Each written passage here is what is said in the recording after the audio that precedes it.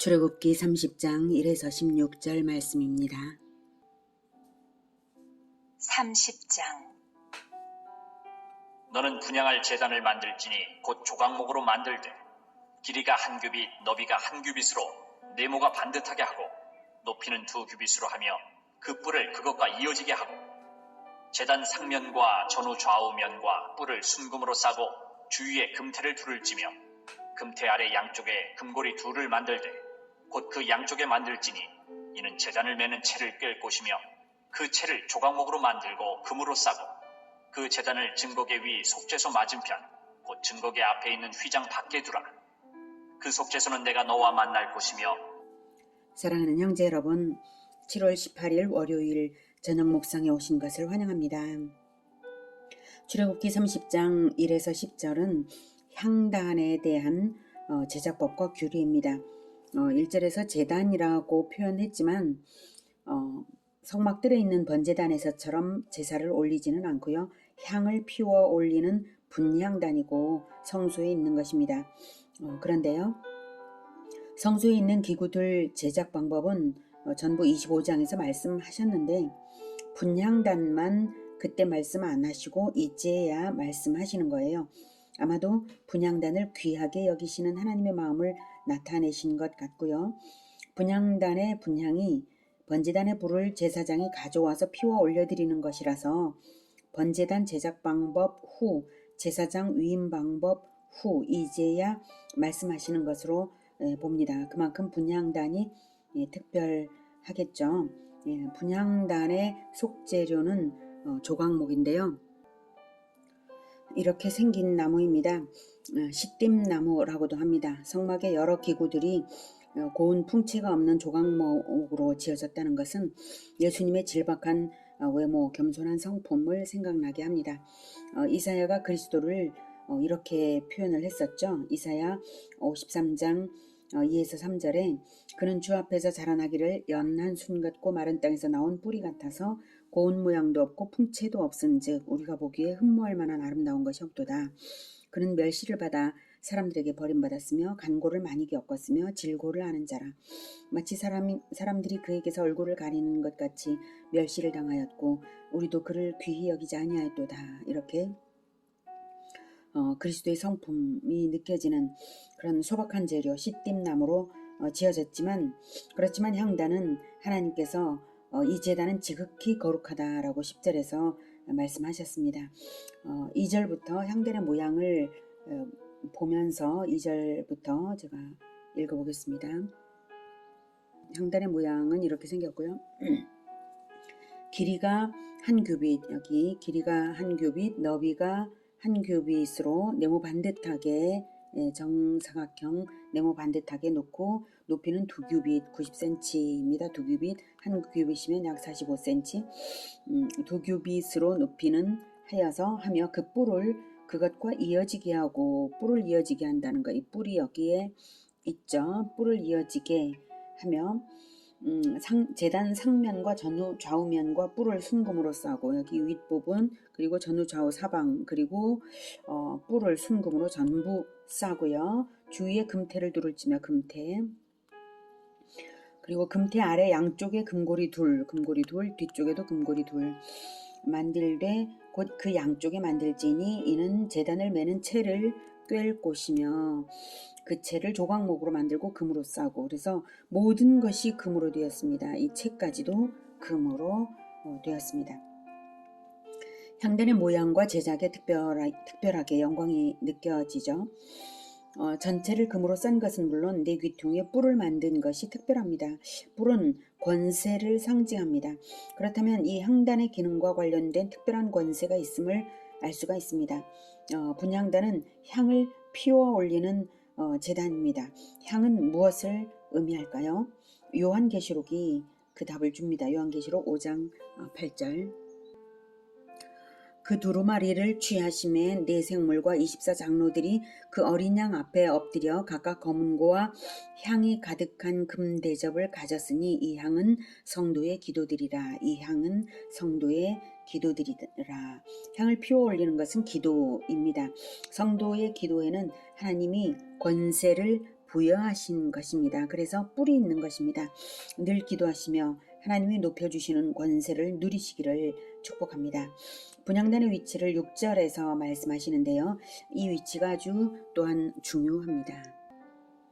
네, 6절에 그 제단을 증거궤 위 속죄소 맞은편, 여기가 속죄소, 증거궤가 있죠. 그리고 증거궤 위가 속죄소죠. 그 속죄소 맞은편, 바로 여기가 분향단이 있는 자리입니다. 속죄소 맞은편 곧 증거궤 앞에 있는 휘장 밖에 두라. 그 속죄소는 내가 너와 만날 곳이며, 네, 그냥 휘장 밖이라고만 말씀하셔도 될 텐데 그냥 휘장 밖이라고 하지 않으시고 굳이 증거궤 위 속죄소 맞은편 곧 증거궤 앞에 있는 휘장 밖이라고 말씀하십니다. 이 말씀은 바로 휘장 밖에 두라고는 하셨지만 하나님은 향단이 마치 지성소의 증거궤의 속죄소와 마주보고 있는 듯이 여기시겠다는 뜻입니다. 그리고 속죄소는 내가 너와 만날 곳이라고 굳이 말씀하시는 것도 분향의 의미가 하나님과의 만남이라는 의미를 강조하시는 것입니다. 속죄소에서 모세는 수시로 하나님을 만났습니다. 그러나 모세 이후에는 대제사장이 속죄소에서 하나님을 만난 것은 1년에 단 하루 대속죄일에만 지성소에 들어갔습니다. 7월 10일이죠.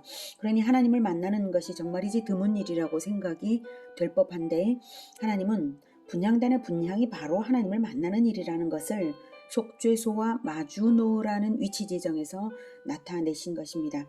그리고 분향은 하루에 2번씩 꼭 하도록 7, 8절에 명하십니다. 그러니까 1년에 한 번 만나는 게 아니라 하루에 2번 만나자 이 뜻이죠. 자, 7, 8절.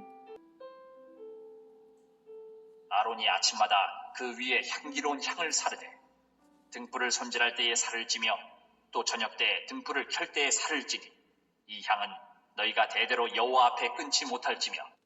네, 분향이 성도의 기도라고 했잖아요. 분향을 하루 2번 정한 시간에 하도록 강조하시는 부분입니다. 그리고 기도가 끊어져서는 안 된다 라는 것을 강조하십니다. 번제단에서도 하루 2번 번제를 올리는데 분향단에서도 하루 2번 향을 피워 올리는 거죠. 예, 타이밍을 갖게 할 것이 분명합니다. 번제단에서 번제를 올리고 난 다음에 바로 그 불을 가져다가 분향단에서 향을 피워 올리는데요. 등불 관리도 하루 2번이죠. 등불 손질할 때와 등불을 켤 때에 향을 피우라 하시죠. 네, 등불 관리할 때에 분향을 하라는 데에도 의미심장한 것이 있습니다. 등불처럼 세상의 진리 빛을 비춰줘야 할 존재가 교회이고 교회는 생명력 있게 빛을 발하기 위해서는 하루 2번 영적인 자기 관리를 하거나 또한 관리를 받아야 합니다. 새벽 묵상과 저녁 묵상으로 진리를 받아 깨달을 때에 다시금 빛의 역할을 할 생명력을 충전받는 것입니다. 그 시각에 분향을 하라는 것은 그 시각과 그 의도로 통일성 있게 기도하라는 뜻이 아니겠습니까? 교회가 세상의 진리의 빛을 밝히는 사역을 잘 할 수 있도록 기도를 하루 2번 기도하되 진리의 성경을 배워서 깨달은 바를 기도로 올려드리길 원하시는 것입니다. 그래서 하루 2번 말씀의 진리로 비추임을 받으시고 그때마다 기도하시기를 권해드립니다. 9절. 너희는 그 위에 다른 향을 사르지 말며 번제나 소제를 드리지 말며 전제에 술을 붓지 말며. 네, 너희는 그 위에 다른 향을 사르지 말라고 하죠. 분향단 전용의 향 제조법은 34절부터 알려주십니다. 중요한 것은 지정한 방법으로 제조된 향 이외에는 사용을 금지하십니다. 저는 이 의미를 예수 그리스도의 이름으로 기도하는 것만 하나님이 받으신다는 뜻으로 저는 생각합니다. 다른 이름으로는 기도 자체가 무의미합니다. 번제단의 불로만 향을 피우는 것과 일맥상통하는 부분이죠. 요한복음 16장 24절에서는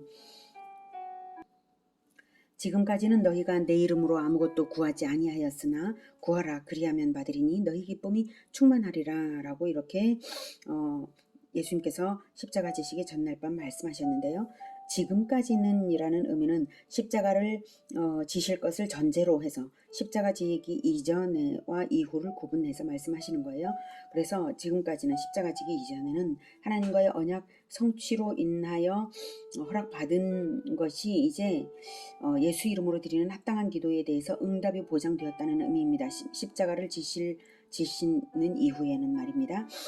즉 예수님 외에 그 어느 누구도 하나님의 언약에 합당한 성취자가 없다는 의미입니다. 그래서 다른 이름으로 드리는 기도는 받지 않으십니다. 예수 이름 외에 하나님을 예배할 다른 이름이 없습니다. 10절.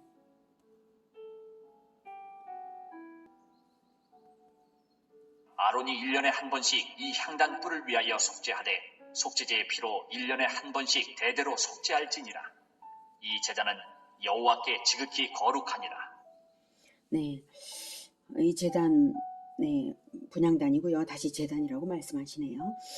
제단과 분향단이 하나님 앞에는 동일한 것으로 여겨지시는 것 같습니다. 번제단이 예수님의 십자가를 표상하는 것이라면, 분향단이 성도의 기도를 표상하는 것이라면, 기도하는 성도는 십자가를 지신 예수님과 하나님께는 동일하게 여겨지시는 것 같습니다. 이 분향단은 1년에 한 차례, 즉 7월 10일 대속죄일에는 모든 이스라엘 백성과 더불어 정결케 되어야만 했습니다. 그것을 명령하고 계신데요. 1년에 한 번씩 향단불에 속죄의 피를 발라 속죄하게 한 것은 성도의 기도가 상달되는 데에는 속죄의 피가 반드시 필요함을 상징하는 것입니다. 이 또한 예수님의 보혈의 공로로서만 사함을 받는 것을 의미하는데요. 그런데 분향단이 무슨 죄를 짓는 것은 아니잖아요. 네, 이것은 바로 7월 10일 대속죄일에 모든 이스라엘 백성이 속죄함을 받는 것에 연동시키는 것으로 보아서 의미가 확실해지죠. 즉 분향단은 모든 이스라엘을 대표하는 성소의 기구인 것입니다. 그래서 1년에 한 번 전체를 다 사죄하실 때에 통일시켜서 명령하신 것입니다.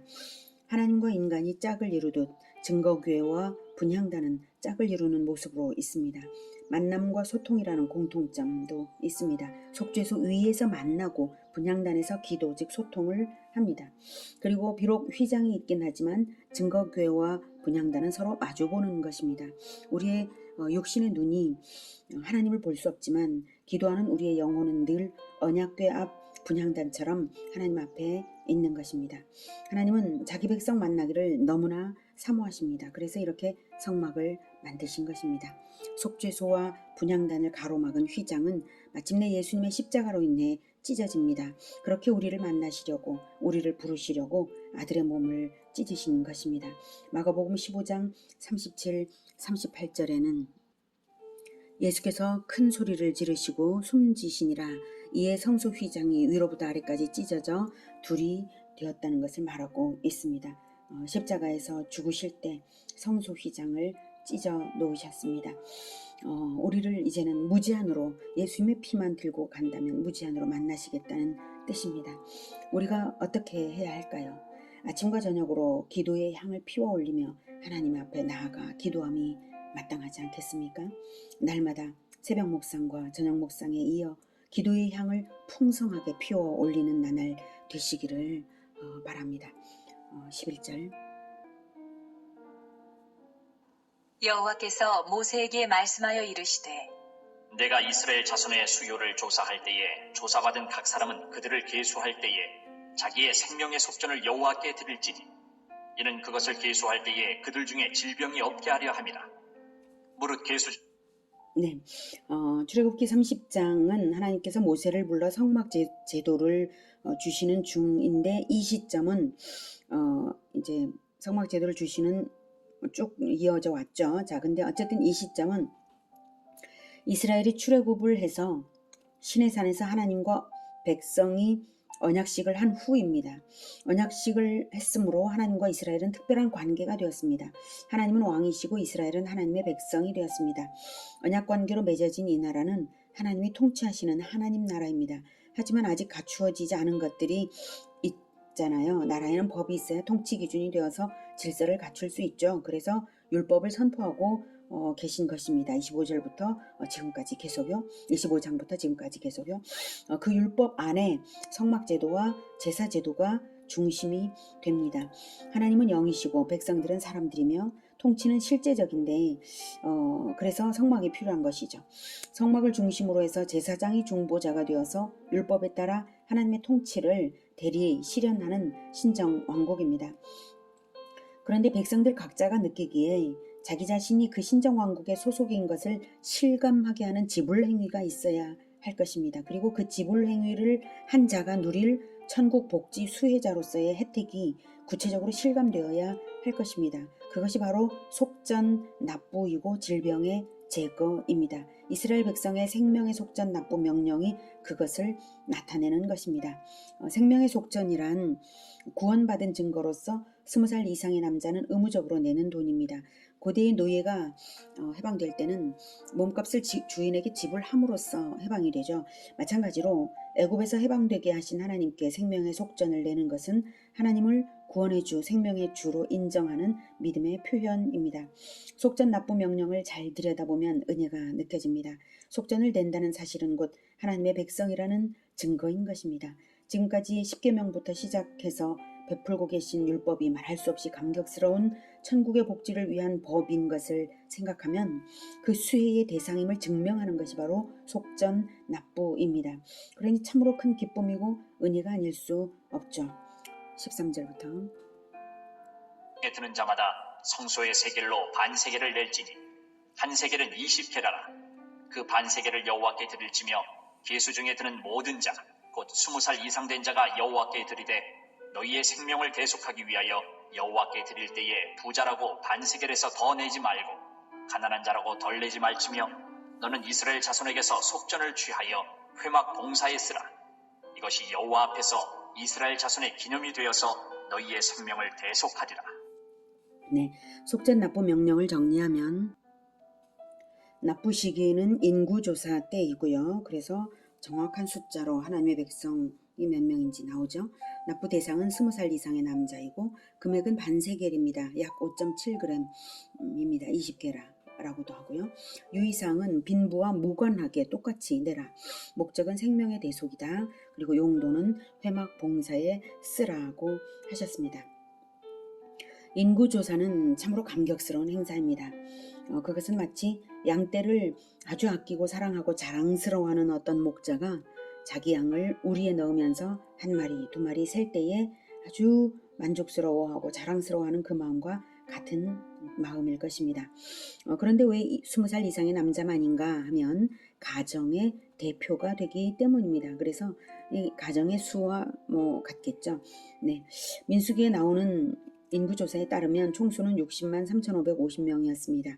이는 대략 환산하면 약 200만 명의 인구라는 것을 알 수가 있습니다. 네, 금액은 반세겔인데요. 구원받은 자의 생명값이라는 의미를 생각해 볼 때에 최소한의 금액을 내게 한 것이고요. 부자라고 더 내지 말고 가난한 자라고 덜 내지 말도록 하신 것에서 회막 재정 확보가 목적이 아닌 것임을 알 수가 있죠. 또한 천국 복지 수혜자로서의 인간 가치가 빈부에 의해 달라질 수 없음을 알 수 있습니다. 목적은 생명의 대속입니다. 질병이 없게 하기 위한 것이라는 말씀이 곧 생명의 대속이라는 의미와 같은 의미입니다. 죽음의 증상인 질병이 침투할 수 없는 생명 얻은 백성임을 확증하는 반세겔입니다. 반세겔 자체가 한 인간의 가격일 수는 없죠. 한 인간의 생명을 그리스도의 보혈로 대속함으로 말미암아서 대가 지불된 존재라는 것을 체험적으로 확증하는 매개인 것이지 어떻게 반세겔이 한 인간의 가격일 수가 있겠습니까? 다만 대가 지불된 존재다, 대속받은 존재다라고 하는 기념인 것입니다. 그러니 반세겔은 마지못해 낼 의무 금액이 아니라 큰 기쁨으로 낼 권리 확증인 셈이죠. 더욱이 그 용도가 회막 봉사이니 그 의미가 더욱 분명합니다. 이스라엘 모든 가정들은 완성된 성막을 볼 때마다 자기들이 반세겔을 내므로써 영광스러운 성막이 완공되는 데에 참여되었다는 그 사실에 감격이 떠올랐을 것입니다. 저는 과거에 어떤 어머니가 자녀들에게 헌금을 준비시켜 주실 때에 가장 좋은 지폐로 골라서 빳빳하게 다림질을 해서 준다는 말을 들은 적이 있습니다. 다림질을 하거나 안 하거나 같은 돈인데요. 그렇지만 그 엄마는 자기 자녀들에게 천국 백성의 계수에 포함되는 감격과 감사를 그렇게 가르치고 있었던 것입니다. 우리는 반세겔을 내지는 않습니다. 그러나 주일 예배에 나갈 때마다 어린이 때부터 적은 금액이라도 주일 헌금을 꼭 하게 되는데요. 그 의미가 천국의 수혜자라는 그것을 증명하는 반세겔과 동일하다는 것을 생각해 볼 때 그 어머니의 마음이 공감이 됩니다. 오늘은 분향단의 제작과 속전 납부를 통해서 언약 백성인 우리 모두가 보혈로 대가지불된 천국 백성이라는 사실과 언약궤와 분향단처럼 하나님을 마주하고 있다는 사실을 알았습니다. 하나님께서 우리 한 사람 한 사람을 예수 그리스도의 생명값으로 가치를 매기십니다.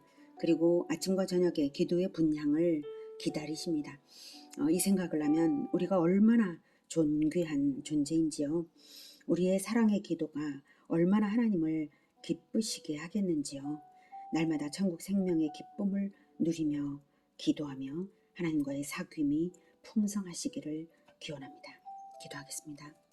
하나님, 우리를 너무나 사랑하여 주신 것, 우리의 가치를 예수 그리스도의 생명 가치만큼 여겨주시고 우리를 하나님 앞에 두시는 것 너무나 감사합니다. 그래서 우리가 참으로 존귀한 자로 살아가겠습니다. 참으로 하나님의 사랑을 받은 자로 살아가겠습니다. 그 어떤 상황에서도 하나님께서 우리를 이토록 사랑하시고 존귀히 여기시고 가까이 하고 계시다는 것을 잊지 않고 늘 하나님께 아뢰며 하나님과 소통하며 살아가겠습니다. 주님, 우리를 늘 붙들어 주시고 주님과 늘 소통이 끊어지지 않게 도와주시옵소서. 예수님의 이름으로 기도드립니다. 아멘. 이어지는 시간은 개인 기도 시간입니다.